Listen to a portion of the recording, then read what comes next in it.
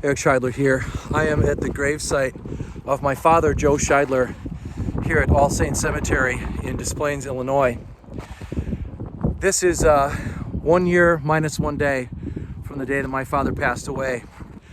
The day that you're watching this video is the day that he died 1 year ago. So he died on January 18th, 2021.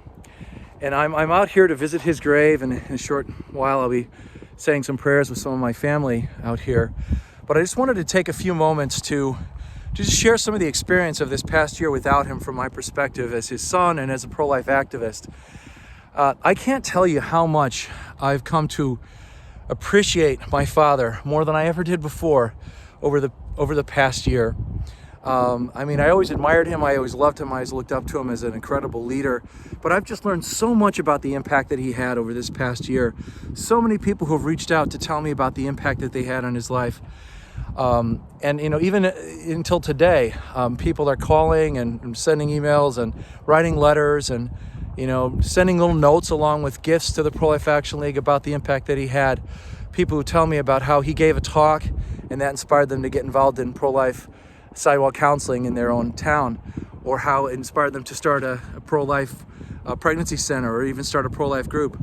Recently, Jim Sedlak passed away, who founded Stop Planned Parenthood, the organization that documents and fights Planned Parenthood's evil. Jim just passed away, and he founded that organization because of a conversation with my dad many, many years ago. He had such an impact on people that way.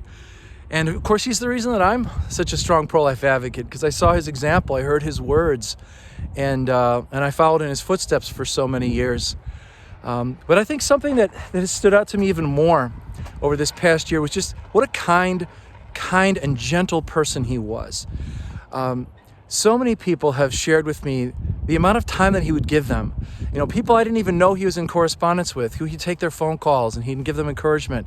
A lot of lonely people looked to my father as a friend, and he gave them encouragement, made them feel not so very alone, which is especially significant, I think, for a pro-life activist, because who's more alone, who's more abandoned than the unborn child? And something else that people have really shared with me and that they say they just deeply appreciated about him, and so many don't know about this part of him, is his sense of humor. He was such a funny guy. He would come home from pro-life conferences across the country and just tell us stories about some of the goofy people he had met on both sides of the issue over the years, and he'd just have the whole family in stitches. And that was true literally right up until the time he passed away. When we were gathered at my parents' home his final day, and he died surrounded by family. We were all with him when he passed away, the children and grandchildren, my mother. When the priests arrived to give him last rites, hear his confession, give him communion, they said, "How you doing, Joe?"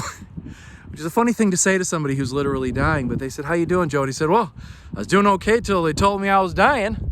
He was cracking jokes on his deathbed. That was the kind of guy he was.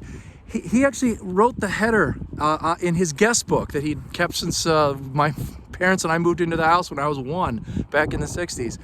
He filled out the entry, visiting with Dad, for his very last day when people were visiting with him before he died.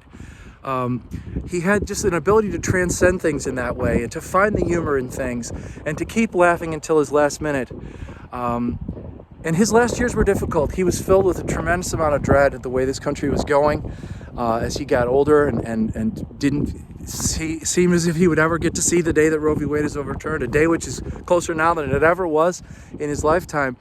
And yet he maintained that sense of humor, that lightheartedness, that ability to laugh and not to take himself too seriously. That just made him, I think that's a big part of what made him such an effective leader. It's a sign for all of us that we need to be able to laugh. We need to be able to laugh at ourselves, to laugh at the weirdness that comes with a movement like this, and to bring a little levity to it, because it's such a difficult thing. He brought levity to his own death, my friends. That's an example for all of us. And I wanted to share that with you on this anniversary of his passing away. We miss him tremendously. Every week, I have the instinct to pick up the phone and call him to ask him a question or just tell him about something and share something with him. And I'm reminded that he's gone. We've missed his counsel. We've missed his advice. We've just missed his his just life. He was the most alive person I've ever known, and I can't get my head around the fact that he's gone. But I am still so inspired by him, and that's what keeps me going, is wanting to do right by his memory. And so I just encourage everyone to learn more about him. If you haven't learned about the life of Joe Scheidler, you can get his memoir, Racketeer for Life. An incredible story of his fight in the Supreme Court and on the front lines, on the sidewalks, to end abortion. And to support his work with a gift, to support his work by coming out and volunteering with the Pro-Life Action League or any pro-life organization at all. He always said, do something pro-life every day. And of course, to be a man of prayer. He was such a prayerful man. Ora et labora, the Benedictine motto, prayer and work was what he lived by and what guides us here at the Pro-Life Action League. So thank you for watching this video. Thank you for caring enough about this movement and about my father's legacy to watch. God bless you for everything that you do and for every way that you carry on the legacy of Joe Scheidler. God bless.